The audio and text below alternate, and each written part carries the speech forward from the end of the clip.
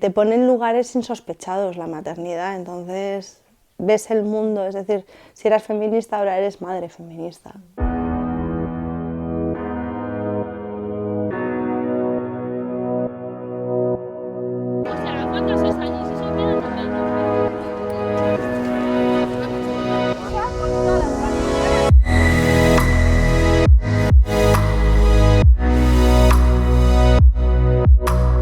Yo soy Erruquiño Lacedegui, soy profesora de euskera en la Escuela Oficial de Idiomas Jesús Maestro y en la Universidad Complutense de Madrid. Y bueno, aparte de eso soy cantante en diversas formaciones. Yo siempre he querido ser madre, es algo que tenía clarísimo, pero quería hacer otras muchas cosas también. Entonces pues lo fui dejando hasta que a los 38 años vi que ya no quedaba más tiempo y tomé la determinación de hacerlo en solitario. ¿Para allá?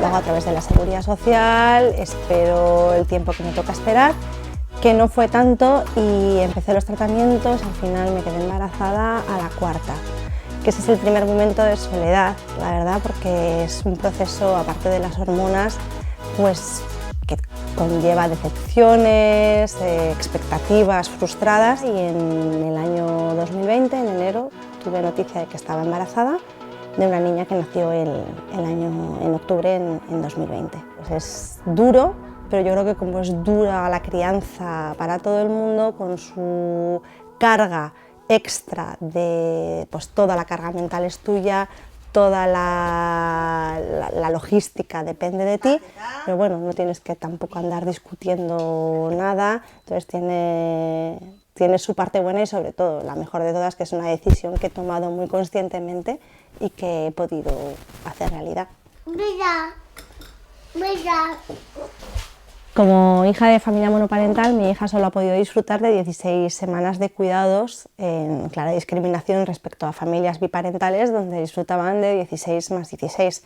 Y es por ello que decidí demandar, en este caso a la Consejería de Educación, que es la que me paga a mí el permiso, y bueno, gané en primera instancia y ahora estoy esperando, lo elevaron al Tribunal Superior de Justicia y estoy esperando a que diriman si es firme la sentencia. Poco a poco vimos que se empezaban a ganar casos. El primero fue el de una abogada en Bilbao y bueno, pues hemos ido dando pasos individuales que hemos podido disfrutar y celebrar de manera colectiva, con el objetivo, primero, de que esos niños en concreto puedan disfrutar de ese tiempo, pero también de hacer una llamada de atención de que la justicia está yendo por delante de lo legislativo y que lo que hace falta es cambiar esas normas para que nuestros hijos puedan disfrutar de los mismos derechos que tienen otros niños, sin necesidad de dejarnos la piel, el tiempo y la energía en algo que consideramos tan evidente. Hay que recordar que las familias monoparentales el único salario que entra es el de esa madre. Por lo tanto, cuando nace ese niño tiene dos opciones. Una, llevarlo si tiene suerte de tener una plaza en una escuela infantil con solo 4 o 5 meses a que lo cuiden, tirar de familia si es que tiene algún tipo de ayuda, o pedirse una excedencia y prescindir del único salario que entra en esa casa. Además, yo creo que ahí estamos sufriendo una doble discriminación, una por el tipo de familia que somos y otro como mujeres. Es verdad que ha habido reticencias desde algunos sectores del feminismo en que el conceder a las mujeres que forman una familia en solitario el doble de tiempo puede ir contra ellas, estirarse piedras contra su propio tejado. Negarlo solo por cuestiones laborales, mercantiles, al final productivas, es una pena porque se deja todo, o sea, es una visión del feminismo, yo creo, muy limitada, que olvida los cuidados y la importancia de que al final los cuidados es cosa de todos. Yo sí te creo, yo sí te creo,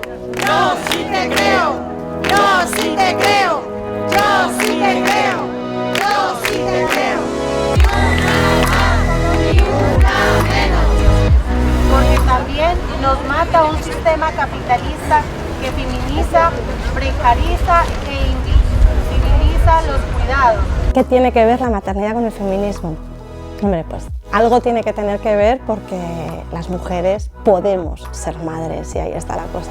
Puedes elegir no ser madre, pero también puedes elegir serlo. Los cuidados, yo creo que es algo que atraviesa el feminismo, seas o no seas madre, entender que la sociedad es algo que hay que cuidar, que nos cuidamos unas a otras y sin olvidarnos de quiénes somos, es decir, no ser esencialistas y pensar que más allá de ser madre no puedo ser. Entonces yo creo que es un diálogo súper interesante que en lugar de para dividir, debería servir para construir y para entender que desde distintas posiciones podemos construir un feminismo más inclusivo y mejor para todas. Yo creo que el 8M se ha convertido en una cita obligatoria para todas las mujeres feministas. Yo tengo clavadas los 8M de hace 5 o 6 años, que sí que fue de repente un darse cuenta de que éramos muchas más de las que pensábamos, de que había una generación detrás que viene súper fuerte y de que es un movimiento súper transversal. Es un día de celebración de todo el trabajo que no podemos dejar de hacer el resto de días del año.